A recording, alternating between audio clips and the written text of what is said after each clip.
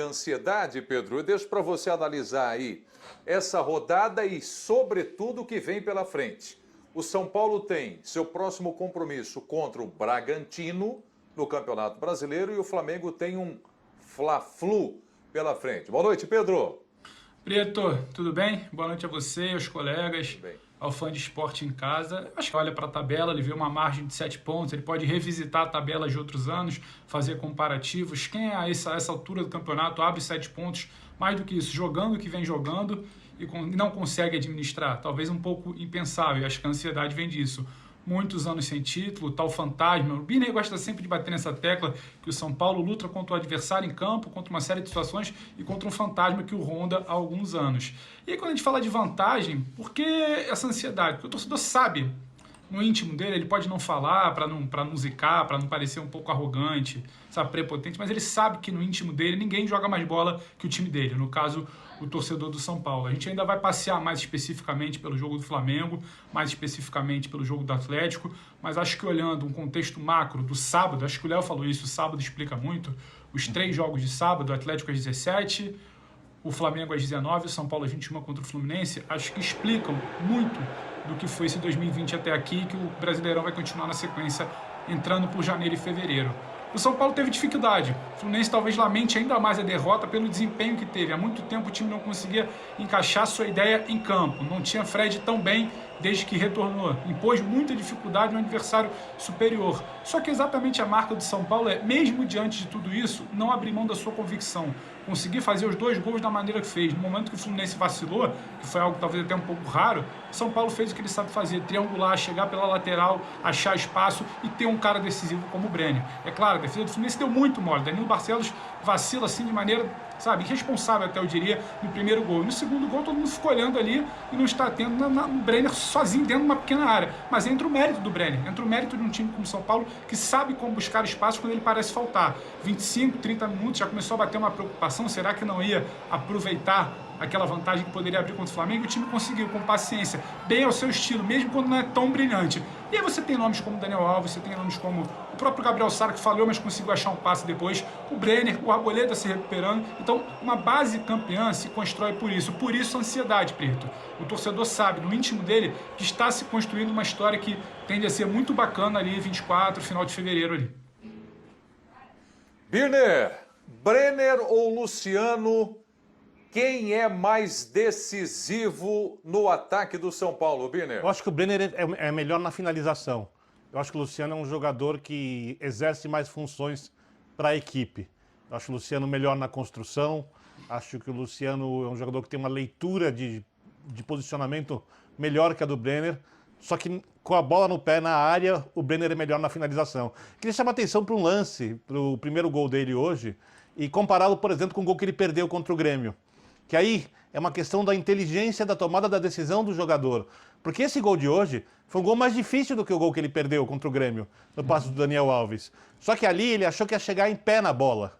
E aí, em vez de se jogar nela, hoje ele percebeu que não seria possível e ele se atira na bola para fazer o gol. E eu acho que é uma coisa que o jogador, com o tempo, em campo, vai aumentando. Porque uma coisa que é característica dos principais finalizadores da história do futebol, estou pensando aqui nos grandes finalizadores, aqui em Ronaldo, em Romário, em Marco Van Basten, e Thierry Henry, não estou comparando o Brenner a eles, mas é a frieza. E o Brenner tem essa frieza. Ele não tem a técnica no nível desses caras que eu falei, porque são caras de classe muito superior à média do futebol em toda a história. Mas a frieza ele tem. E ele tem a competência, a capacidade também. Então eu acho que são jogadores diferentes, tá? Que se completam.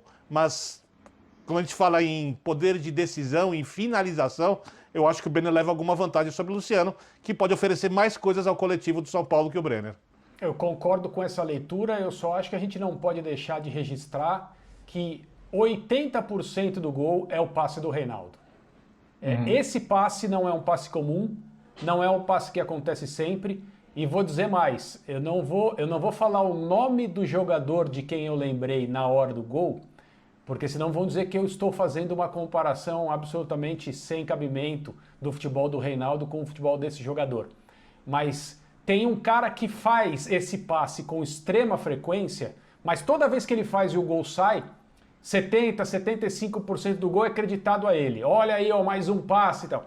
Esse passe do Reinaldo, do ponto de vista técnico, não é comum. O gol do São Paulo hoje, com um passe que sai do goleiro e passa, cruza a área, sem que os zagueiros do Fluminense tenham qualquer condição de tocar na bola. E é fato. Se o Brenner não se atira, muito provavelmente ou ele não chega ou não consegue finalizar para dentro do gol. André, já que você não vai falar o nome, pelo menos confirma se ele é belga. Eu não vou falar o nome.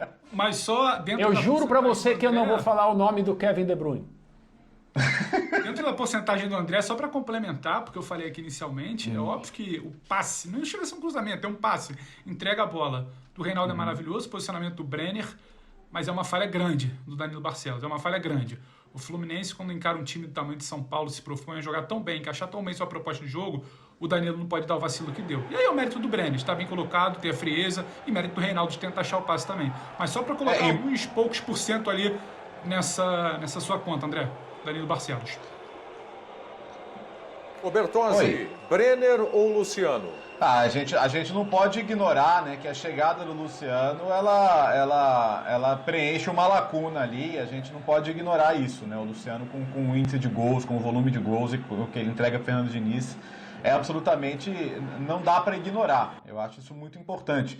Mas o Brenner, até pela idade, pela juventude, o teto do Brenner é mais alto, vamos dizer assim, né? E desculpa falar para o torcedor do São Paulo, mas o teto do Brenner certamente não vai ser no Brasil. O teto do Brenner vai ser lá fora, resta saber quanto. O torcedor vai esperar que não seja agora, mas em algum momento daqui a pouco vai ser. Até porque clube brasileiro trabalha com necessidade de vender jogador e o mundo já conhece o Brenner. Então, assim, é saber quando. Então, que se desfrute enquanto ele está aqui. De fato, é um talento raro, porque jogadores com essa idade, com essa frieza para definir jogadas não aparecem todo dia. Então, que o São Paulino desfrute enquanto ele está aqui, decidindo jogos, sendo importante. Acho que a virada que representou a chegada do Luciano para o São Paulo não pode ser ignorada, mas o teto do Brenner é muito mais alto. Acho que isso está bastante claro. Eu tenho que lembrar uma coisa, porque você tem pouca paciência. É a 4ª temporada dele em times de cima. Ele sobe em 2017 com o próprio Rogério, não se firma. Tem algumas chances com o Dorival, não se firma. Não tinha muita noção do que é o papel de um jogador competitivo. Ele era um jogador de potencial, mas pouco competitivo. E tem um lance que para mim é emblemático. Ele faz um gol no empate, se eu não me engano, contra o Novo Horizontino no Campeonato Paulista. Posso estar errando a equipe. E ele vai comemorar o gol dele no final. E o Daniel Alves puxa o Brenner. Porque tanto faz o gol dele. O gol dele serve para o time ganhar o jogo. Eu acho que a convivência com o Daniel Alves e com mais jogadores, com o Juanfran, com o próprio Hernanes, que não está bem quando entra em campo, mas é óbvio que é uma influência muito positiva fora de campo, está tirando desse jogador, também o treinador, o que há de melhor. Ele passou a ser um jogador competitivo. E quando ele é competitivo, todo o potencial dele começa a gerar resultados. E ele ganha com isso. Eu acho que essa temporada dele foi uma temporada está sendo, né? Não é que foi, de muito aprendizado. De como usar o potencial para o time ganhar jogos. E aí, obviamente, quando o time ganhar jogos, todos os atletas são valorizados. Essa é a máxima do futebol. Jogador de alto nível em time que fica em colocação intermediária tem valor X. Jogador de nível bom, que fica em time que está nas primeiras colocações ou campeão, tem o valor aumentado. E eu acho que ele passou a perceber isso e tem sido muito útil ao São Paulo. Ô André, conversar uma coisa com você aqui. André, faça um exercício agora, por favor, de visualizar o time do São Paulo que entrou em campo hoje, como se você estivesse de novo assistindo o jogo. Esse time do São Paulo, esse elenco que você está enxergando aí, tem um ator principal dentro de campo ou não? Tem, é o Daniel Alves. Para mim isso é bastante claro.